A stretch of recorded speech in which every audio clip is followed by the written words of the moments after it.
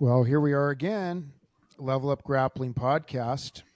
So, we are introducing a brand new format once a month to the show. So, if you notice here, it's me and his lordship, Adam Tibbetts. So, what we decided to do is once a month, Tibbetts and I are going to be coming on answering your technique and situational questions. So we really want this to be a classroom format where you guys can send in questions to us about situations you've had on the mat that are frustrating you, techniques you're having issues with, and we're going to help you troubleshoot. And we're going to see how this goes and really kind of help you guys develop your game. Now, it's really important that since we are doing this in this type of format where you're really just listening and we're not on the mat showing the technique, put your visualization into practice. This is a very, very good exercise in learning to visualize. So we're going to be doing our best to describe for you the question and break that down for you, in the scenario, break that down for you. And then we really need you guys to visualize what's going on so you can put it into play. Now, this is a functional skill that you should all be working on. Learning to visualize your techniques, learning to visualize your wrestling flow and your chains. If you don't have it in your mind's eye, you're going to be seriously lacking when you're on the mat. And that's actually one of the biggest disconnects I see with guys on the mat is they're so reactive and they get into almost like a blind rage when they're grappling that they don't realize that if they had more of a internal visualization, they'll be able to slow down the game tremendously and they'll have better reflexivity and timing. And before we even get into that, there was something that Adam and I have been doing for the better part of the whole year that we never formally announced on the show. And we kind of decided today's going to be a good day to kind of really explain what we're doing here. We did post it once online, but for those of you that didn't take notice, we have to introduce you to PCI Death Roll, which is the merging of our affiliation school, so to speak, where Adam and I are one team, one unit. And, Yes, indeed. we'll get into why we made this decision and what that means for those of you that are listening or want to train with us. I do want to say this, and it's incredibly important. Unless you were specifically directed by one of us that you are either A, an affiliate of ours, B, a student of ours, or C, we gave you a specific instruction. If you did not hear it from my mouth or Adam's mouth, it did not happen. And I want to make this crystal clear because there's a lot of bullshitters out there that think that because we're doing something that they can get away with, international, oh, I train with these guys, or yeah, I train with Coach Adam. He's my coach, this and that and the other thing. And sorry, I don't care if you're in Belgium or Turkey or Algeria or France or whatever. If he hasn't specifically trained you and you haven't heard it from his mouth, you are not a student of his. And the same thing goes for me. Unless I have specifically told you you are training under me, okay, and I have specifically announced that, you are not a student of mine, you are not an affiliate of mine, and I am not coaching you. And I'm making this very clear because there's a lot of people out there that are going to take liberty with this and say that you're a part of something that you are not. I don't care if you've had a side conversation with me and I've given you some pointers. You are not a student of mine. Okay? We need to make that very clear. So first things first is we'll discuss for you a little bit in terms of why we made this decision and what that means for the future of what we're doing. So Adam, I'll let you kind of lead with this because you were the one that initiated the idea, which I loved, and I jumped on it immediately. But our decision to do this, what do you think was, in your opinion, the impetus for this? I think for me personally, the impetus was after speaking to you on many occasions. We talk daily. You and I talk daily Yeah. off the show Mm-hmm. for hours at a time. I sort of came to the conclusion that you and I both had a very, very similar journey in our training. Yeah. Very similar, multiple art black belts, multiple time striking. You with Billy, me with Mario and Ken and stuff like that. And for me, and everybody who listens to this show knows my thoughts on catch wrestling. It's an umbrella term.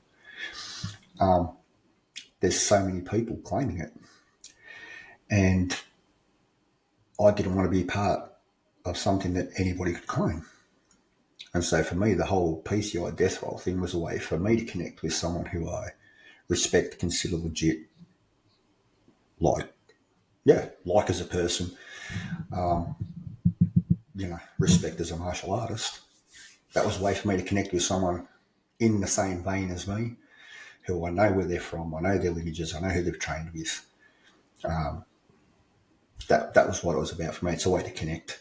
We've talked about building the catch wrestling community. Well, I guess it takes somebody to take a first step and try and do that. And that's what this was.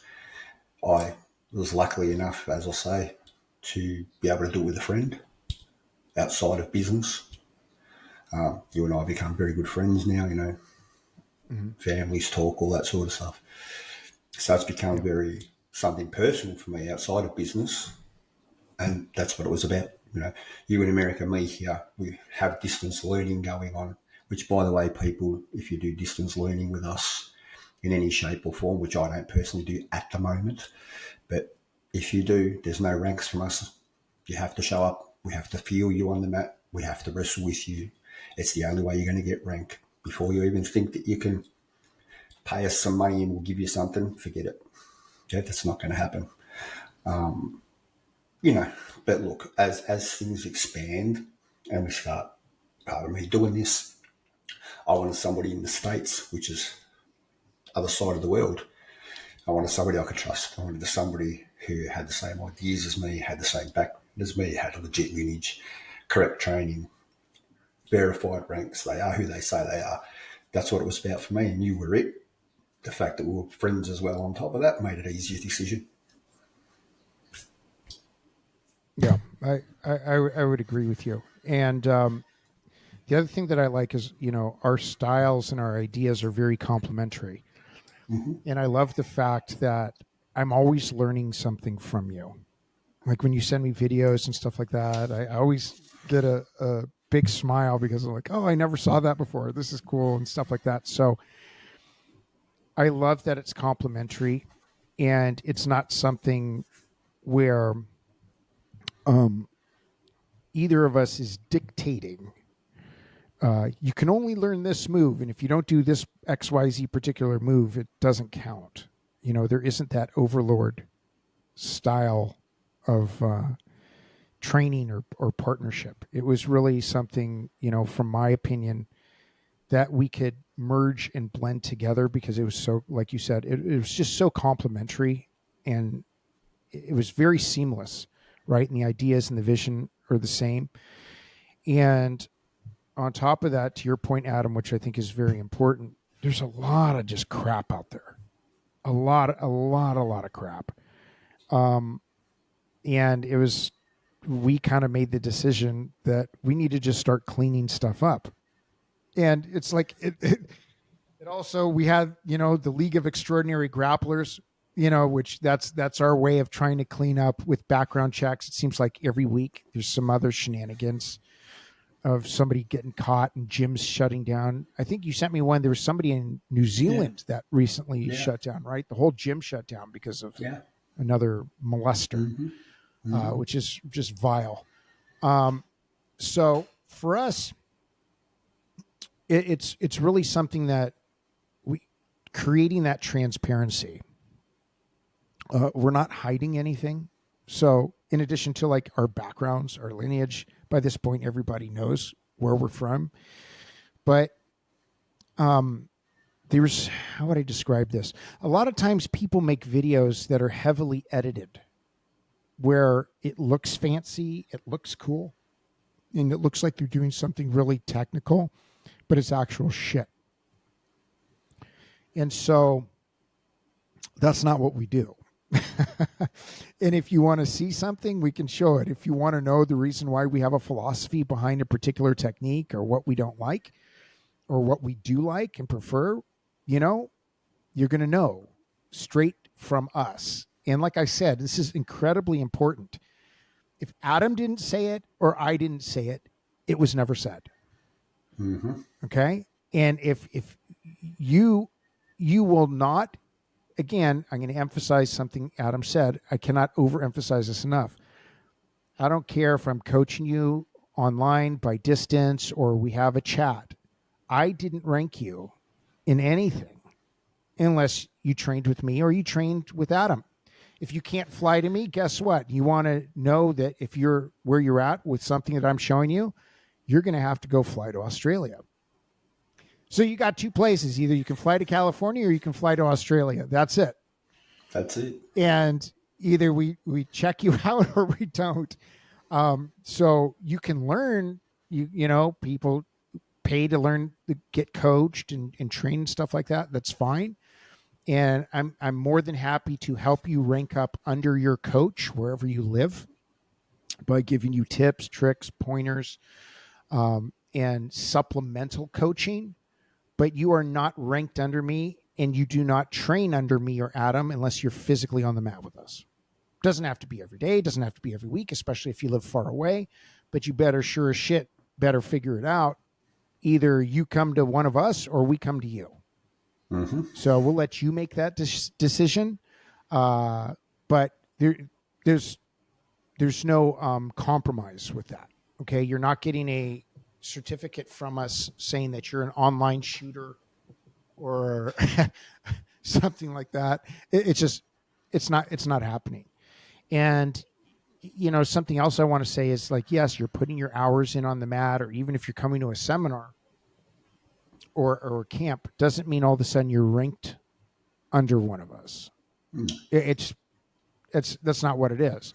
Because you got to remember, when we're doing camps and seminars, clinics, stuff like that, we're teaching a group of people. We're not there teaching you directly. And the chances of you actually having an actual physical assessment with us when we're there, and it's not just about you showing us a technique, we got to feel you. That's probably not the time to do it because we don't have the time. You know, like when I was in Maine recently, right? I was there for 4 days.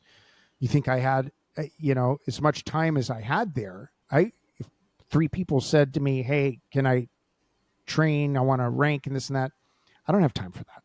Like that's something where you'd have to really carve it out specifically to do an assessment, and the chances of me automatically or Adam saying automatically after us assessing you one time, oh, you're XYZ belt or rank, it's probably not going to happen, right? Because that takes time. You know, so don't try and jump the gun, and please do not try and bullshit anybody and tell them that you're part of PCI Death Roll, because you're not. If you didn't hear it directly from Adam and you didn't hear it directly from me, it's not going to happen, and we'll call you out real fast. So there's a lot of people that listen to this show, and we also have an obligation to those that are, you know, we recognize as people that are above us, so to speak, and coaches to us and mentors to us. So when you have the level of people that we are, Adam, and I think one thing you guys need to understand is Adam and I are under a tremendous amount of scrutiny. This is an international podcast, and everything we say and do, I don't care about the scrubs out there that are trying to like criticize. They know nothing. Right? You Matt guys that think you know something because you've been training for 6 years. Dude, I've been a black belt longer than you've been training. So is Adam. Okay, so it's like I don't want to hear that. But for those people that listen to the show, and there are plenty that are watching us, that are our mentors, if we say something or deviate from what they know to be the truth, or know what would work in their expertise, we're going to get called out on it very quickly. So I'm overemphasizing this point because it is very important to Adam and myself that our reputations stay intact. And Adam and I are not going to do anything to jeopardize our integrity. And that's that. It's very, very simple. And I cannot make that clear enough. Okay, we're not doing anything to jeopardize our integrity. If you got a problem with that, I can give you a list of people where you can go buy a black belt from tomorrow. Basically. So, yeah, that being said, we did have some guys getting into some questions and answers.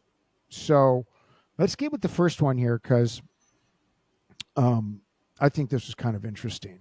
So somebody was asking about the head scissors position or any variation of the head scissors.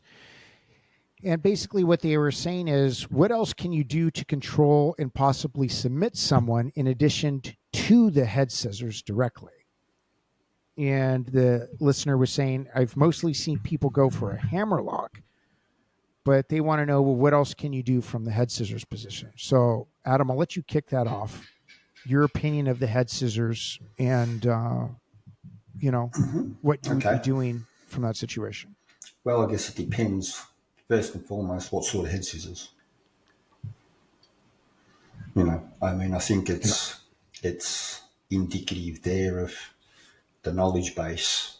And it's definitely not having a go at the question or the listener who sent the question. Obviously, there's a very limited knowledge base about what a head scissors is. I'm assuming he means on facing towards the opponent in a head scissor in order to pull a hammerlock, first and foremost. So there's that, which I guess, a hammerlock would be one thing. But, for me personally, the head scissors is not a position to submit people from. Yeah, a head scissor in the form of submission and stuff like that is more work. Yeah, the head scissors is a definite control position, a reversal position. The classic example being held in a Kesekatami side sit-out situation, push the head back, throw the legs over, head scissor the head, pull down, work from there. For me, a head scissor is not a position to try and attack submissions. It can be done. Yeah, of course it can be done. Little switch of the hips and you start shin right in their face. You're getting your shin right under the chin or across the carotid artery. It can be done. If you have any excess weight on your legs and they're not like rock hard bodybuilding cyclist type legs, majority of the time, the softness of the muscle and stuff, depending on where you hold the head scissor as well, that's also very important, is where on your leg you're actually scissoring the head. But I do find a lot of the time, and this is my personal experience with head scissors, the head tends to always pop out when there's a certain amount of pressure put one way or the other on the head will pop out. Yeah, and I see it quite regularly that people who use head scissors often tend to jam them up way too high. Yeah, so they're right up in the thigh area, which, in my opinion, is not how you pull a head scissor. Head scissors are supposed to be the shins. Yeah, I want pressure with the shin on the side of the jaw and the face and the carotid artery. That's where I want my head scissor. And for me, as soon as if I pop a head scissor, so the Kesekatami side sit-out position, as an example, I pull a head scissor there, kick them back down to the ground, lock up my ankles. I want to turn away from the person, which is then I'm cranking my shin up under the neck and basically head cranking. Yeah, that's what I utilise a head scissor for, to hold someone down until I can isolate something else to attack. That's what it is for me. Like, I'm not against it, but me personally, I wouldn't use head scissor as a submission attack or a position to go for really solid submissions. Yeah, I would agree with you there. I would add to that, when I use a head scissors, it's mainly just I'm playing around, right? Because it's just like it's not the finality, And I definitely find more control and more consistency when I'm playing around with the head scissors when I'm wearing a gi. If I'm not wearing a gi, we start sweating, they're gone. Yeah. So it's definitely for me more a gi based technique. And this is also just because, like with my judo and stuff like that, when I'm setting up a head scissors, because I'm going in for a triangle. Yeah. So that's the thing. I initiate it just to play with them, just because I want them to push their arm through, and then I just pop it in for a triangle or something like that. Yeah. But I look at it definitely as a transition. I do not like taking. The whole point of PCI is pin the closest joint, and I'm not really. My hips are not pinning anything, when I'm in a head scissor. Yeah, and that's true. So it's kind of, for me, it's kind of counterintuitive. Like I said, I use it when I'm playing around. It's not something I use with somebody that is of any what I would consider significant skill level. It's something when I know that it's just something I can play, and I'm not worried about them getting position on me or something like that. I'm just goofing around. Yeah. Yeah, definitely. That's And I mean, for basically me, how it is. if I want to really solid up a hold down with the head scissor, I would always look for an arm in head scissor. Mm-hmm. Always. I'd always look for an arm in head scissor rather than just the head. There's so many things that we can transition to from the head scissor very easily. If I've got an arm in head scissor, I could work a triangle. I can roll over onto my belly for a belly down arm bar. I can throw a leg over and take a fall back, a fall away arm bar. There's a whole bunch of stuff. And that's where I kind of mix a jiu-jitsu context with a catch wrestling context. For me in wrestling, I'd never do a fall away arm bar because I'm on my back. It's Right. not how we do things. But when I mix it into jiu-jitsu context or with judo and sambo ideas, that head in head scissor, that arm in head scissor, so it basically works the same as a Celtic tie with stand-up. Yeah, that head and arm type situation. We call it a Celtic tie. Other people call it a head and arm, whatever you want to call it. It creates the same mechanics that I can then set up arm bars, triangles. It's that would be much more a more solid option for the listener asking the question. Go for your head scissor, great. If you can get an arm in, even better. The setup for a much larger range of submissions, if that's what he's looking for, as far as submissions go from a head scissor. The range is much farther. There's a much bigger range with an arm in. Agreed. Okay, so here's the next thing. We had somebody asking questions with regards to escapes. So there were two escapes they were asking about in particular: a north-south escape and a basic cradle. Here's the thing with both of these particular escapes. Number one, if you're allowing somebody to settle into their pin or their cradle, you're going to have a much more difficult time escaping than if you're working your transition while they're getting to the position, while they're getting to the pin, or while they're getting to the cradle. That's a big one for me. So if we look at north-south first, there are so many variations to a north-south pin. Everybody does it differently. My north-south pins initiate with an over-under control, and my hip is right in their jaw.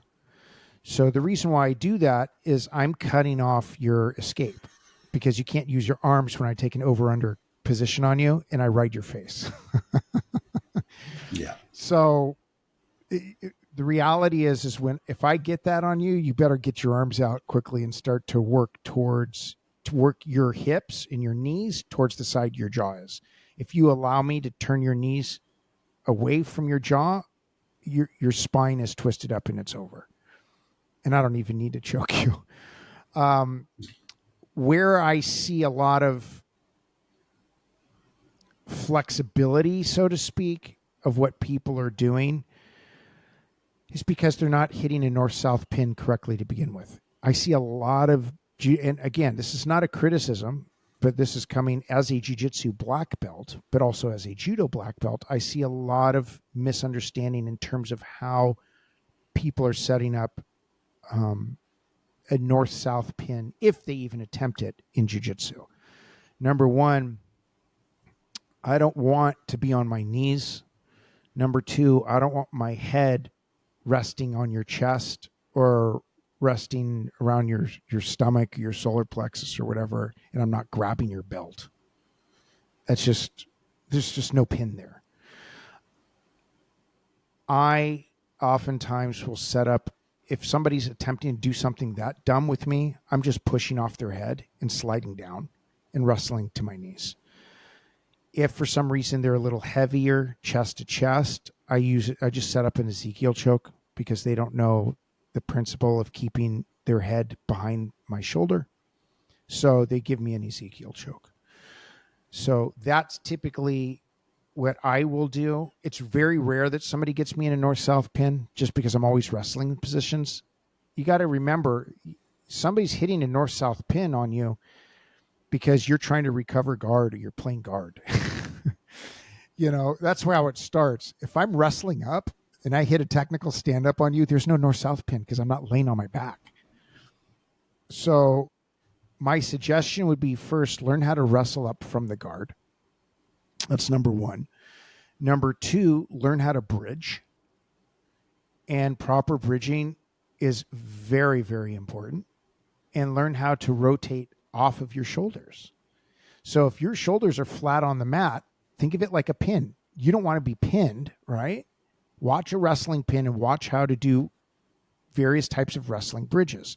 If you're not drilling daily wrestling bridges and a bridge and reach, you're probably going to have an issue with not only a north-south position, but cross body right or side control, whatever you want to call it. Because you don't know how to transition out. You don't know how to wrestle the position. We're not focused on, compared to other people, we're not focused on guard recovery. Because why do I want to keep myself back in another pin? Yeah. So definitely. That's my 2 cents on it. But Adam, I'll let you take it from there. No, look, I agree. I mean, I guess it depends. So actually multiple factors in play here. Is it in a gi? Is it not in a gi? That's your first factor. So the gi opens up a lot more opportunities for escape from a north-south with the gi. For the person being held in north-south. It also is a far different animal when you're holding north-south in a gi.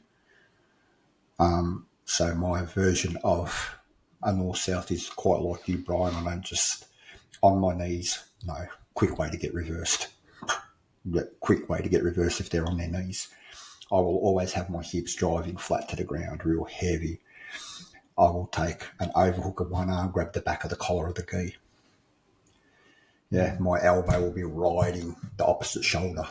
I'll be grinding their face with my solar plexus to the mat one direction while pulling the jacket in the other direction. It makes it very hard. I never am directly behind in the north-south. I always kick off to a corner. Yes, I'll be controlling one shoulder while grabbing the opposite lapel, basically.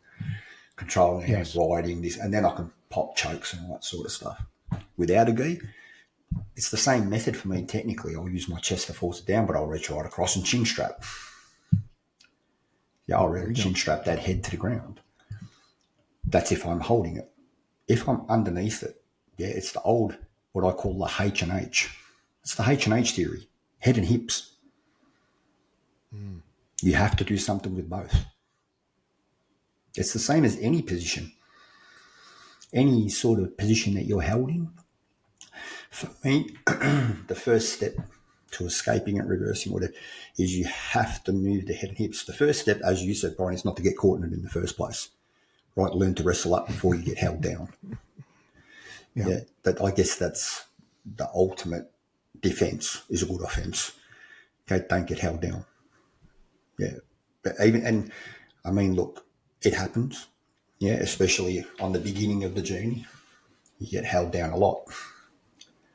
And that's a big thing that I find with my students and guys that I train in the beginning, in any, whether it's the wrestling, my wrestlers, or it's jiu-jitsu guys that I'm training, they always tend to go away from pressure. Mm. Yeah. And to me, that's counterproductive. Yeah. Where you feel the pressure, that's the way you need to turn. Yeah. I always want to work into pressure. You're forcing my head down this side. You're forcing my shoulder down this side. That's the side I want to turn to. I don't want to try and fight it. Yeah. And it seems to be this thing that it's a natural human condition. It is. There's pressure. I want to get away from the pressure. I think any position that the listener finds themselves in where they're getting pressure in some way, that's the direction that I need to move to in some way, shape, or form. So I look at it and go, north, south, okay. What is the controlling factor here? Usually it's the head. Yeah, in a north-south position, the controlling factor is the head. In a cross-body position, it's usually the shoulders, depending on where you hold it, of course, and how you're riding them. But north-south is pretty much always the head that is controlling that person's movement. Which way is my head getting turned? That's the way I need to move. Yeah, I can move a shoulder under pressure. I can't move the head the opposite way. Yeah, that's why the head goes, the body follows. Yeah, by turning the head, then moving the hips in the correct motion, I'll be able to wrestle up, get back to my knees. Yeah, or if they're holding it sloppily and they're on their knees, you're going to reverse them. They're just going to flip straight over. Yeah. You know, there's a lot of things that need to be taken into consideration, I guess, as to how they work with that. But for me, the simple philosophy and the simple answer is you have to move your heads, you have to move your hips. 100%. Yeah. So now what about, since this was part of two-part, what about for cradles? Again, what sort of cradle? And what is my goal? That's number one. You know, you tell me a basic cradle. Well, in our system, I have 5 basic cradles. Yeah, exactly. It's like, which cradle you want to get? Which are they hooking a leg? Is it an inside hook? Is it an outside hook? Am I cranking the head? Am I not cranking the head? Am I pinning the shoulder? Am I using the elbow? What am I doing in that cradle position? But like all cradles, if you let some, as you said earlier, you let someone settle into that position and really crank it up and tie it up, you're probably in a bit of trouble. You know, I would suggest doing something before they sink in a cradle, regardless of whether it's a basic cradle or not. The beauty of a cradle is that once I hook it up, it's extremely difficult to get out of it if I don't want you to get out of it. You know, so there's definitely a preemptive strike on that one. Yeah, I think the perfect example of that was 1996, Mark Schultz rolling around with Rickson Gracie. Schultz had him in a cradle for 30 minutes. Mm-hmm. And the only reason why Rickson got out is Schultz let it go because he wanted to see what else Rickson could do. So he's like, well, let me try something else. You're not getting out of a Mark Schultz cradle, right? So when people have like the hierarchy of worship in jiu-jitsu, one of the people in that worshipable platform, so to speak, and I'm saying this kind of tongue-in-cheek, is Rickson Gracie. Absolutely. Right? So he's been the guy that can theoretically do no wrong. He walks on water. He levitates. His father invented martial arts, blah, blah, blah. Now, Mark Schultz wrapped him up within a second. And Rickson even talks about this in his book. So this is not something that, it's a fake story. No. This happened. He wrapped him up in a second. And then he sat there for like 20, 30 minutes waiting for Rickson to do something. Rickson couldn't figure out what to do. Didn't know.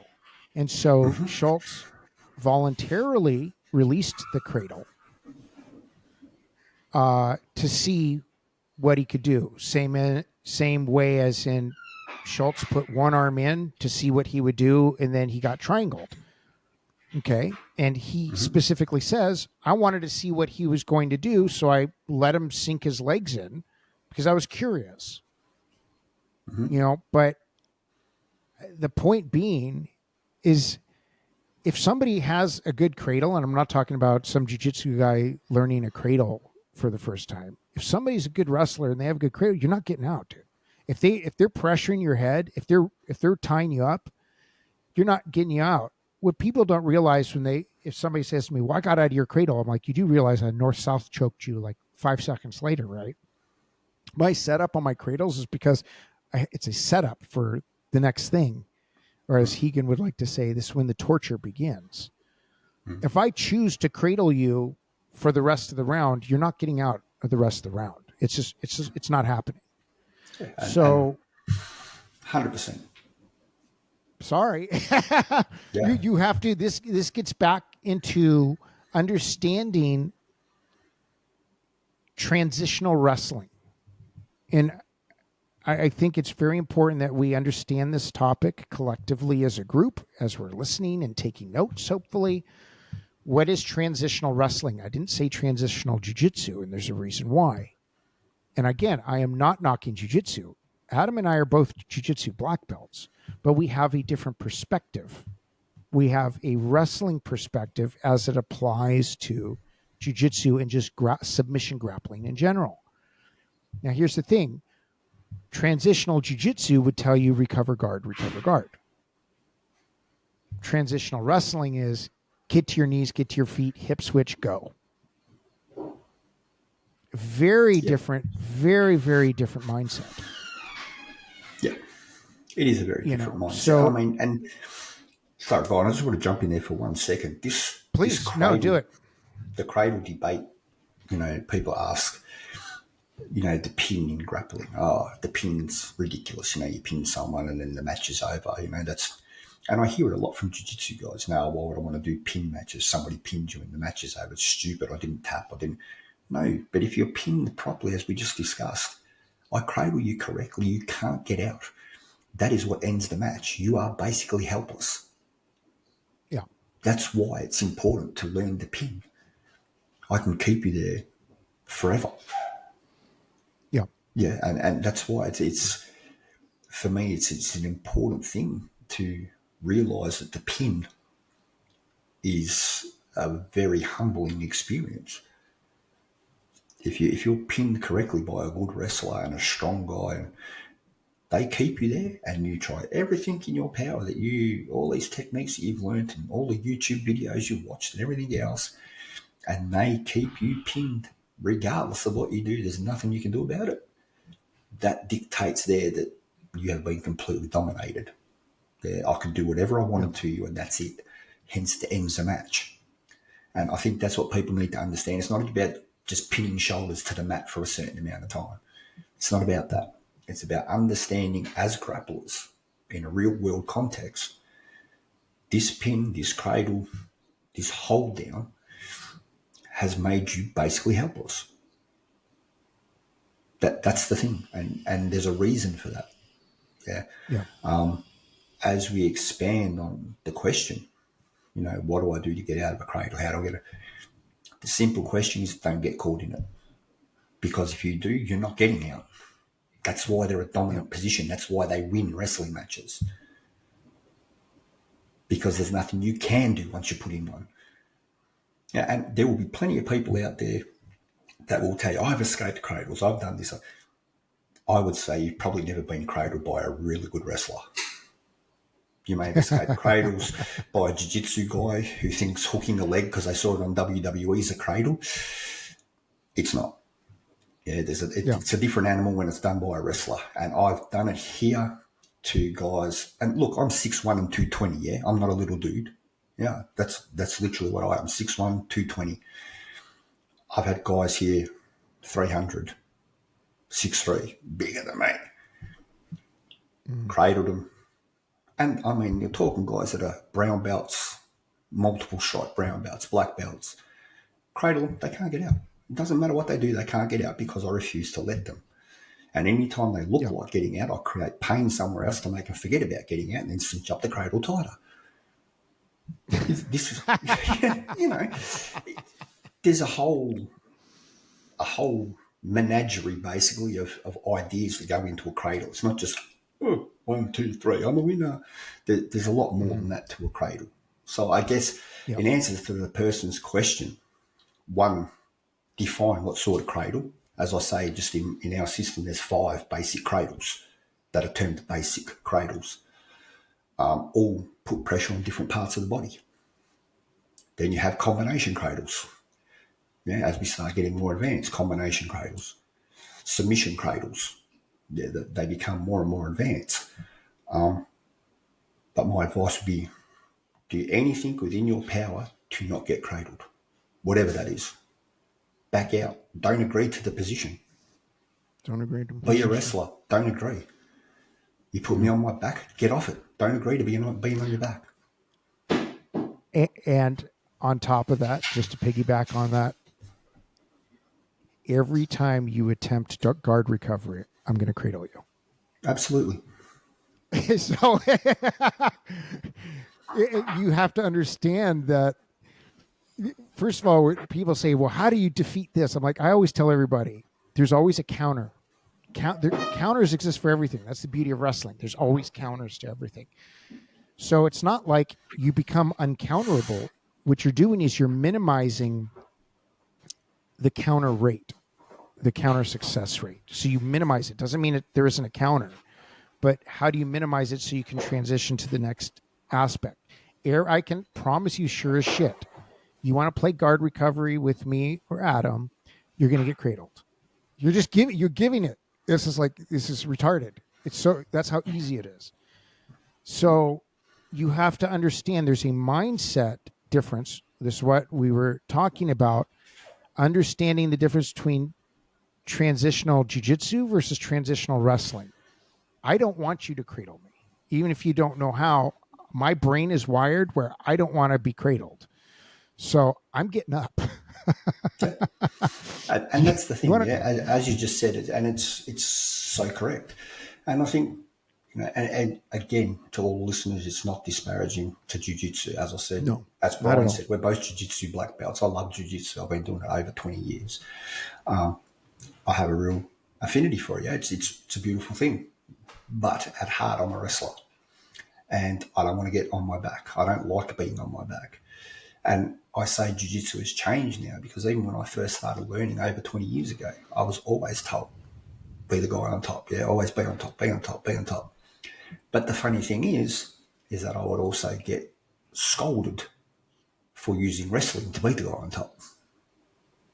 And it's interesting because there is a situation at the moment, which would probably lead into that, with Malachi Friedman won't grade a wrestler because he won't do guard. Yeah. Right. Welcome to my world, mate. That happened to me 20 years ago. No big news there. And look, I do agree. If you're being graded in the system, you should know that system. Just because I'm a dominant wrestler, it's like somebody who only does ADCC submission wrestling. And we had this conversation with Josh, is it still jiu-jitsu if I'm not in a gi? Yeah. In my opinion, it's not. Right. If it's not in a gi, it's not jiu-jitsu. But back to the question. Yeah, don't get caught in a cradle. There you go. That's the defense. Don't get caught. Do anything you can do to get back to your feet or back to your knees. Stay off your back. Yeah. If you're wrestling people or grappling people that know how to cradle, do not give them your legs with guard retention or getting guard back or whatever you call it. You put your legs between us, I'm grabbing those legs, moving them out the way, cinching you up, and you're not going anywhere. Yeah. So either do whatever you need to do to get back to your knees or pull guard and deal with the cradle, one or the other, because you're not getting out of it in a hurry if they don't want you to. Yeah. I agree. It's really that simple. And it leads me to explaining something to the audience you really have to kind of understand the Occam's razor philosophy. Okay. The simplest explanation often being the most correct or most true. When we're talking about this stuff, everybody says, well, I could do that, but what about XYZ? Well, why are you reforcing yourself into suffering? Why are you reforcing yourself into a position that's complicated? It ultimately comes down to do not agree to the position. Wrestle the position. Don't agree to it. I don't have to, if you go, as an example, if you go to Spider Guard, I don't have to play Spider Guard with you. I don't have to square up my hips. No. You want to go into Half Guard, you want to go into Barambolo, De La Hiva. I don't have to do it with you. I can step out. I can back up. I can shin ride the fuck out of your knee. You're not going to like it. I can break your ankle. So understand that I don't have to agree to the position. I think we've gotten away from a lot of the violence of submission grappling in jiu-jitsu because they want you to play the position. Like we've talked about in the past, why would I intentionally do 50-50 guard? 50-50 means half you, half me. Why am I giving you 50% of anything? When I don't have to. Especially when I'm not getting dominated. Sense. Especially when I'm not getting dominated. You know what I mean? Guard is... And this is not from a wrestling perspective or anything like that. This was my jiu-jitsu instruction from white belt. Guard is a last resort. Guard means you've messed up and been put on your back. Exactly. Hence why they have... What's the main thing that you teach white belts when they first start? Yeah? From guard. Sweeps. Mm-hmm. Yeah, most people will learn sweeps or a throw-up armbar. Yeah, you look at a white belt curriculum, it's mostly sweeps, maybe a throw-up armbar, a kimura. Yeah, these are the basic things, ideas.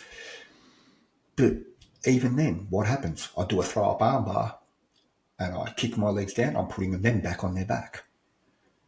I do a kimura, I pop out to the side. Now they're face planted. I've taken their weight off me. I do a sweep, I'm getting their weight off me and reversing that position. Even in jiu-jitsu, they wrestle up. They just do it differently. Yeah.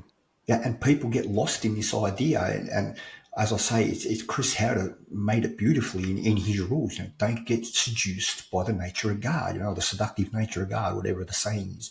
It's so true. Yeah. I find it in modern jiu-jitsu, a lot of the stuff that I say, and again, people, please, that are listening, we love jiu-jitsu. We're jiu-jitsu black belts. It's just an opinion. Yeah, everybody's got one. Yeah, they're like arseholes. Everybody's got one and they're usually full of shit. It's just that you're listening to ours. The thing is, right, is that this seductive nature of guard, it's almost, and I call it in my gym when my guys jump guard and pull guard automatically, and that when we do a jiu-jitsu class, which is, rare. It's maybe once a month we'll do a no-gi jiu-jitsu class. I don't even do a gi jiu-jitsu class anymore, really. So here I am promoting the same thing that I say is not the case. Yeah, it's not no-gi jiu-jitsu. It's just no-pin wrestling, basically. But even then, with that no-pin submission wrestling, no-gi jiu-jitsu, for want of a better term, it's the accepted term, so we'll use it. My guys pull guard like that. I always say, oh, look out, case of the herpes. Yeah, to me, this whole thing, this guard pulling deliberately and using it as a format to fight, to me, is counter jiu-jitsu. It's almost like this virus that's crept into it, and now people do it so regularly, and so it becomes their game. Yeah. The whole be the guy on top.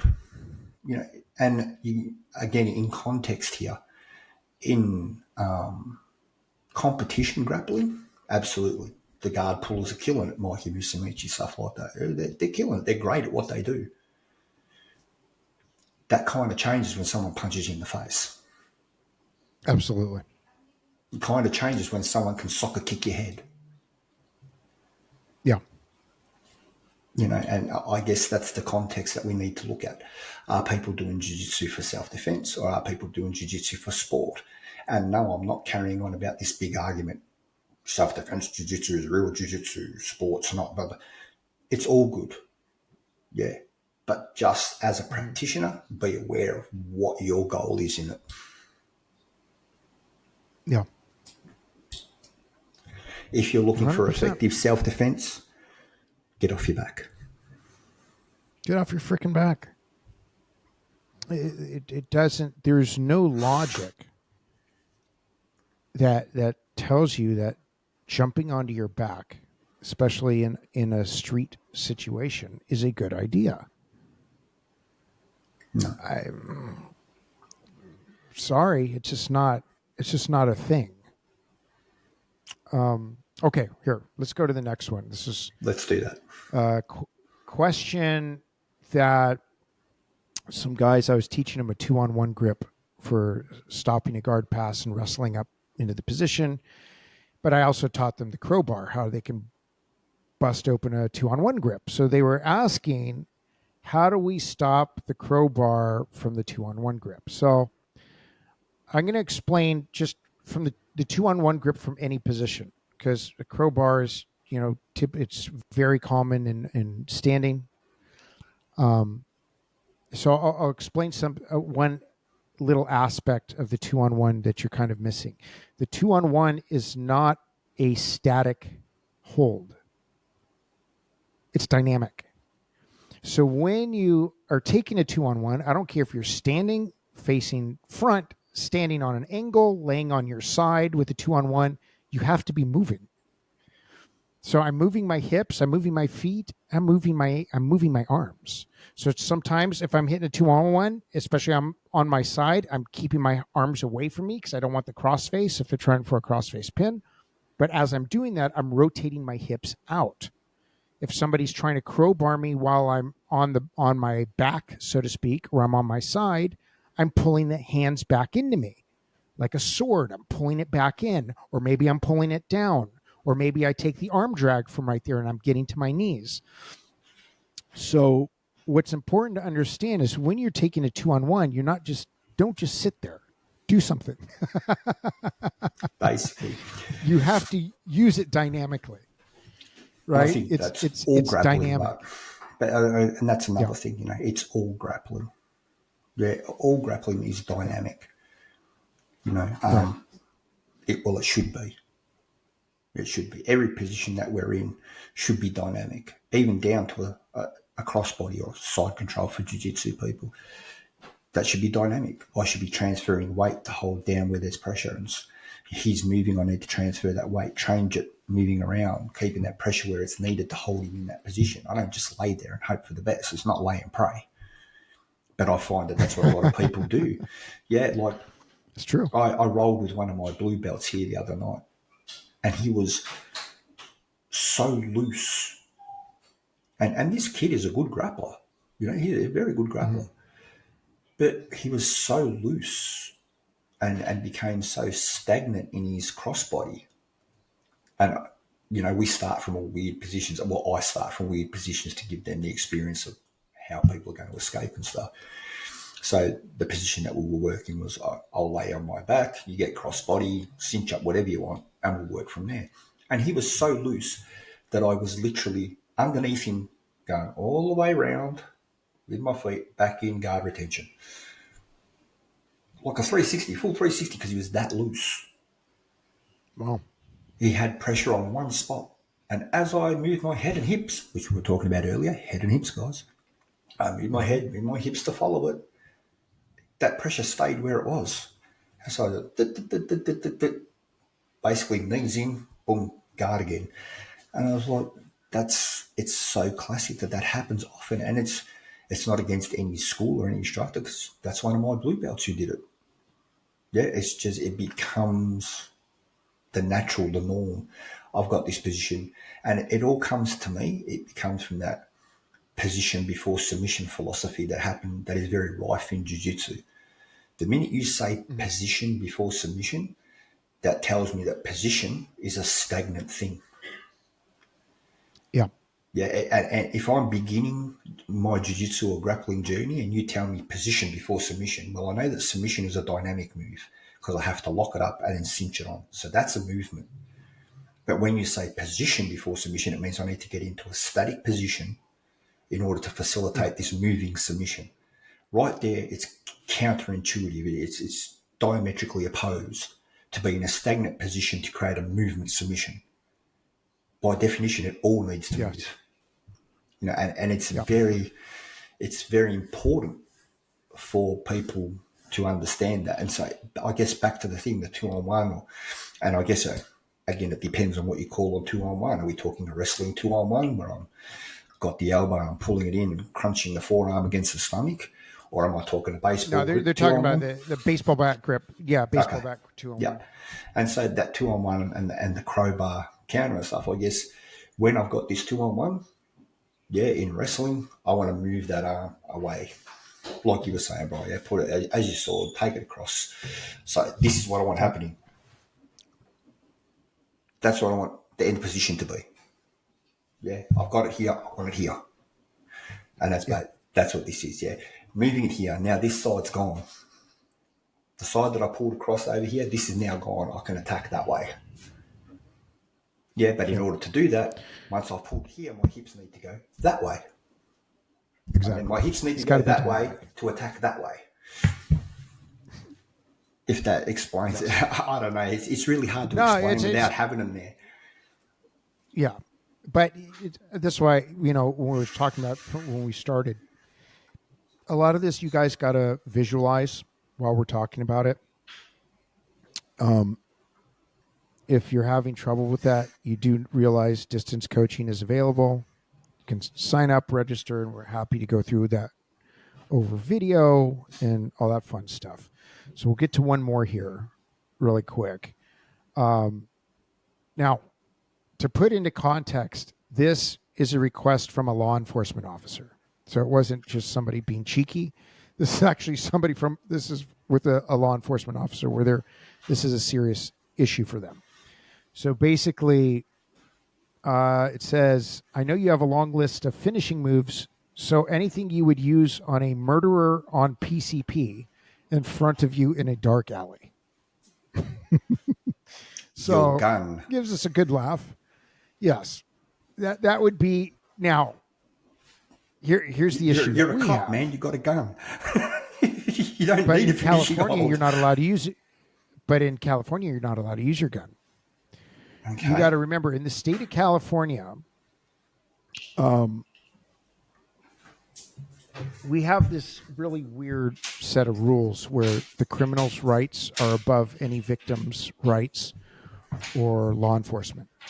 So I'm not sure who's lower in rank on the totem pole, be it law enforcement or the victim. But in the state of California, the criminal is always right. You've had lawsuits here. If somebody's breaking into your home and they slip and fall, the thief, the criminal, can sue you for getting hurt in your home for not making it a safe home for robbery.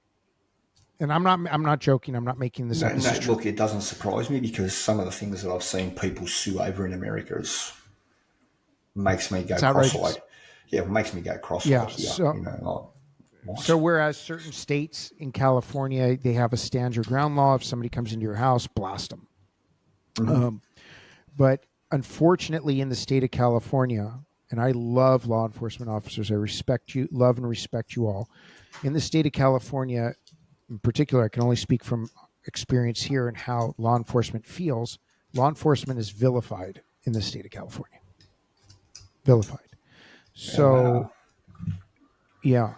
And not only by the criminals, but by the legislature and the governor as well. So when you have your legislators that hate you, when you have mayors that hate you, when you have city council members that hate you, when you have a particular governor with a vision that literally hates you and wants to make sure that you are not empowered to do your job, this is the question that you get. I have a gun, I can't use it.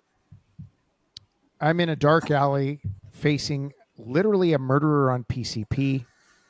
How do I handle this? Okay. Again, here's my 2 bobs worth or 2 cents worth. I need some more information. Is the guy armed? If he's armed, then I don't know, man. I'm a firm believer in better to be judged by 12 than carried by 6. Yeah, so let's pretend he's not armed. Let's say he's just armed. high as a kite. He's PCP'd out. Mm-hmm. You know, So he he's dropped juiced to his the gun somewhere. Yep, juice to the eyeballs, unarmed, dark alley. I'm going to assume, one, you let him get close enough to be in grappling range. Yeah, through no fault of the officer's own. I guess maybe he can't retreat, maybe he can't move back, whatever it is. Maybe he can't get somewhere safe till backup comes without the guy getting away. Whatever the situation, he's stuck in this confrontation where he's in grappling range. Okay, now I will refer to a Sambo philosophy here and also an old school jiu-jitsu philosophy. Joint locks, stuff like that, useless. Completely useless on someone on PCP. Why? Because it's the same as somebody on a battlefield situation. Adrenaline's thumping, this and that, you break their arm, they will pick up the gun and shoot you with the other one. Yeah. And PCP, it's the same as meth out here, all that sort of, or we call it ice here, but it's the same thing, meth. You know, as a former bouncer and stuff, I've seen guys, well, I know for a fact, you know, guys on ice, I've literally cracked on the chin, broken their jaw in 4 places, and they still just looked at me. Yeah. Okay, better do 3 or 4 more, you know. It's not gonna help you to put an arm lock on or a wrist lock, or you have to put them to sleep. That would be my end goal, would be to choke them out completely. Now, I agree with you 100%, but I'm going to throw another monkey wrench on your assessment, which was brilliant. In the state of California, you're not allowed to touch anyone's neck. Well, what the fuck you want me to tell you? I don't know, run.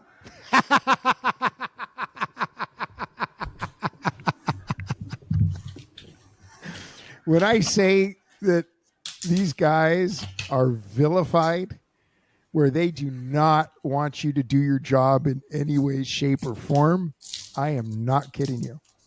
Well, then, yeah, it's not a joke. Look, I believe you. Like, it doesn't surprise me at all. Yeah, and I'm not getting into politics. I refuse, because this is a grappling podcast, and the politics this involved is not a with all that podcast. sort of stuff. Right. You know, I'm more interested in what can we do to assist this law enforcement officer with something that he can do. And if that's the case, that they're not allowed to touch a neck, they're not allowed to shoot him. This guy's already murdered one person. He's on PCP, juiced to the eyeballs, and you're not allowed to. I can't debilitate him by choking him out. There's nothing else that he can use. Literally, there's nothing else. You break his leg, he'll get up. You break his arm, he'll keep coming. Yeah. I don't know what to tell you, dude. So here's what my assessment would be, just because I've had a couple guys in this situation, and so we reviewed it, and this is what we were able to come up with, so that it was quote unquote California compliant and have the ability to make some type of positive impact. Number one, I think one thing somebody needs to consider when you're on I'm just going to say a chest-to-chest plane where somebody's facing you head-on square, and especially if they're high like that, they're just coming forward. So their power is when they're coming forward. Now, here's the thing.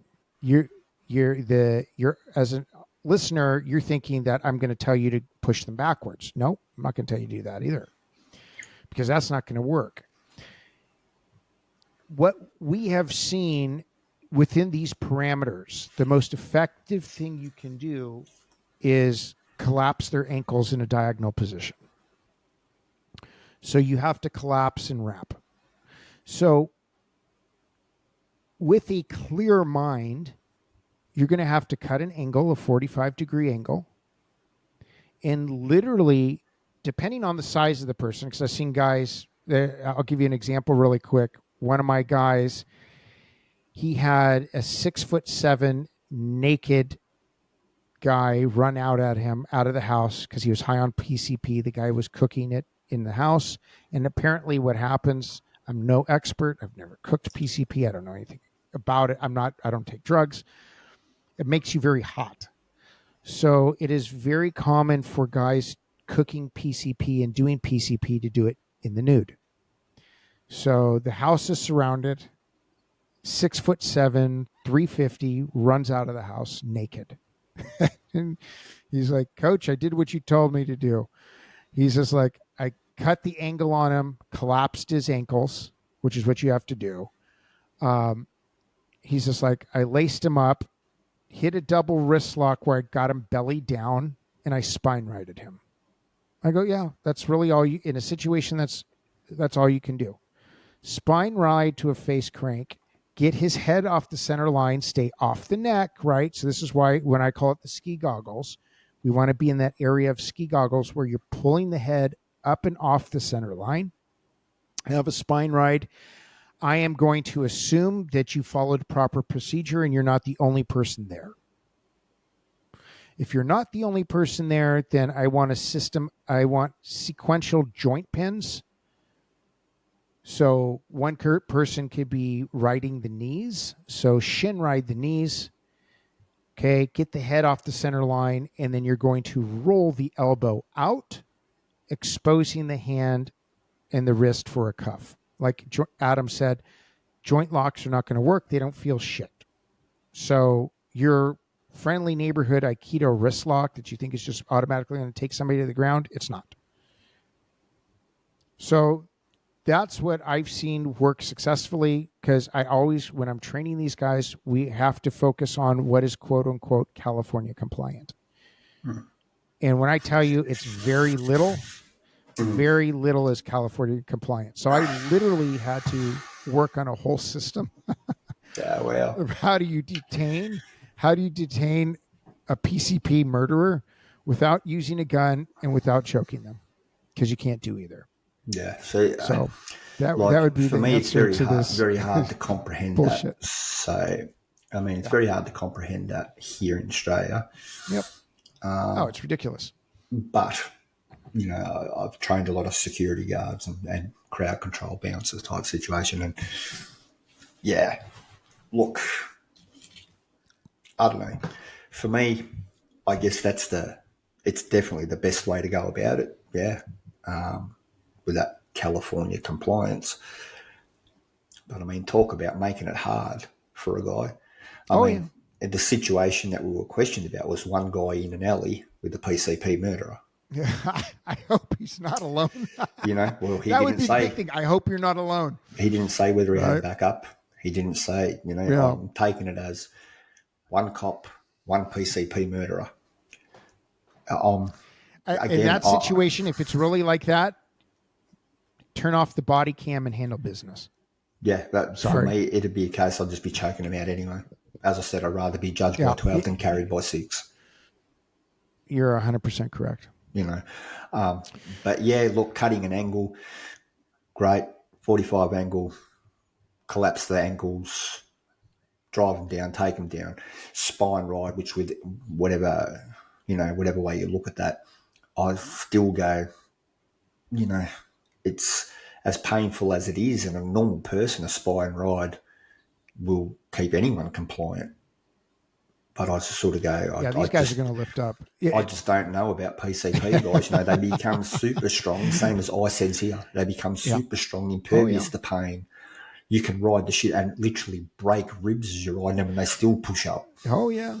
You know, it's rip that head off the center line. And that's why they better have other people there helping them hold them down. Absolutely. Otherwise, it's not happening. Because you know, like for me, it's just not going to work. I'd be wanting 4 people, one to control the ankles, one to control the hips, one to control the spine, the other one to control the head and put cuffs on. Yep. And I mean, Ultimately, that's what you have to do. I get that in the States with a lot of the deaths that have happened during arrests and stuff with riding necks and all that sort of stuff with their knees. And I don't want to go into all the politics, but we saw a little bit of it here. And I guess that's why that legislation is how it is. But I mean, at what point does a legislation become debilitating to the department that protects and enforces law? It's this and this. Again, politics, not my area, not interested in it. All I can say is if that officer who sent in the question finds himself alone in a dark alley with a PCP banging murderer, dude, choke him out. Don't worry about the rest. Choke him out. Yeah. 100%. All right, guys. Well, let's wrap it up there for our first episode of technique analysis. Keep sending in the questions. We're going to be doing this at least once a month, depending on how much you guys get value out of this. Hopefully you do. And Adam and I will be on doing this together once a month. And yeah, like I said, send in those questions. I don't care how weird the scenario is. Give it to us, and we'll see what we can do with it. 100%. All right. Give it to us. Send them in. Send them in. All right. With that, guys, we are out of here.